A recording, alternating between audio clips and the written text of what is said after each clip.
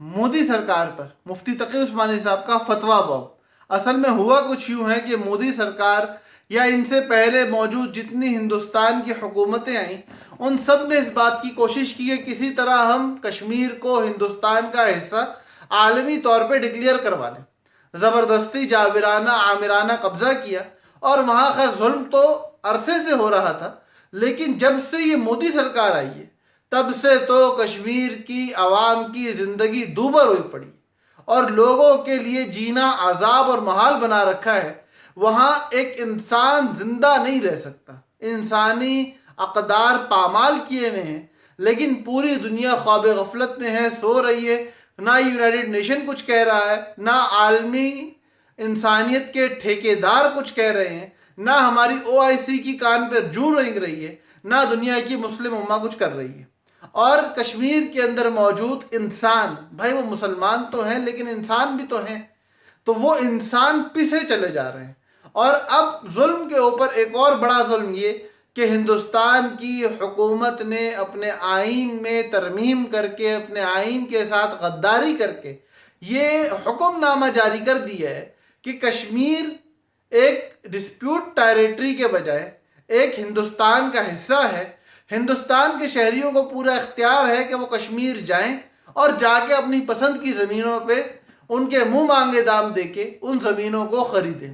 ان سے وہ دو کام کروانا چاہتے ہیں۔ نمبر ایک، وہاں ہندوستان کے اندر موجود نان مسلموں کی آباد کاری کشمیر میں کرانا چاہتے ہیں۔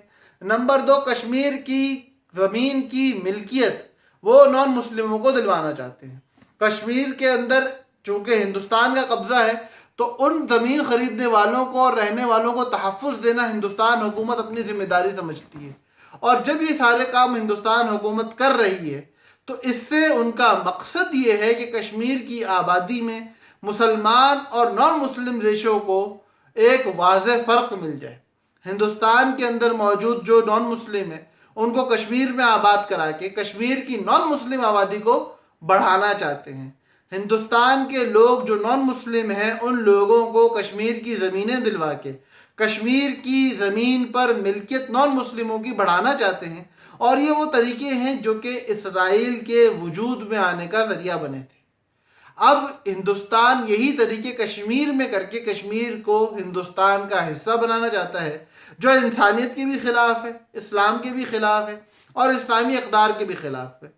جس وقت ساری دنیا کے مسلمان خواب غفلت میں سوئے ہوئے ہیں اور کوئی کچھ کرنے کے لیے تیار نہیں ہے، اس وقت ماضی کے اس فتوے کو جو اسرائیل کی حکومت جب اپنے پاس چیزیں خرید رہی تھی، موجودہ حکومت یہودی حکومت جب فلسطین کے مسلمانوں سے منہ مانگے داموں پہ زمینیں خرید رہی تھی، اس وقت علماء نے، صلحاء نے جو فتاوی جاری کیے جن کے اندر ہی کہا گیا تھا کہ فلسطین کی زمین نان مسلموں کو بالخصوص یہودیوں کو بیچنا ناجائز اور حرام ہے، وہی فتویٰ آج کے دور میں مفتی تقی عثمانی صاحب نے دیا ہے، جس کا لنک میں نے ڈسکرپشن میں انشاءاللہ ڈال دیا ہوگا، تو وہ آپ جا کے دیکھ سکتے ہو کہ اس فتوے میں مفتی صاحب کیا فرما رہے ہیں اور وہ کن دلائل کی روشنی میں یہ بات کر رہے ہیں۔ اور دیکھنے کے بعد خدارہ اگر ہم کشمیریوں کے حق میں کچھ کرنا چاہتے ہیں تو دعا کے ساتھ ساتھ بحیثیت انسان ہونے کے، بحیثیت مسلمان ہونے کے، ہماری یہ ذمہ داری ہے کہ ہم آواز اٹھائیں۔ اگر آپ خود کچھ لکھ نہیں سکتے، کچھ بول نہیں سکتے، تو اس ویڈیو کو شیئر کر دو تاکہ ایٹ لیسٹ ساری دنیا کے اندر ہماری آواز پہنچتی ہے، ہماری بات جاتی ہے، لوگ سنتے ہیں۔ تو بھائیوں ہم کیوں بات نہ کریں؟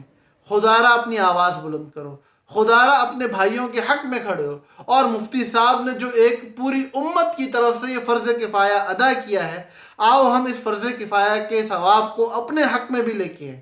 ہم لوگ بھی زیادہ سے زیادہ اس بات کو شیئر کریں کہ کشمیر کے اندر موجود مسلمانوں کے لیے اپنی زمین کا سودا کسی ایسے نان مسلم کے ہاتھوں کرنا جو اس زمین کا رہائشی نہیں ہے، یہ ناجائز اور حرام ہے، ایسا نہ کرو۔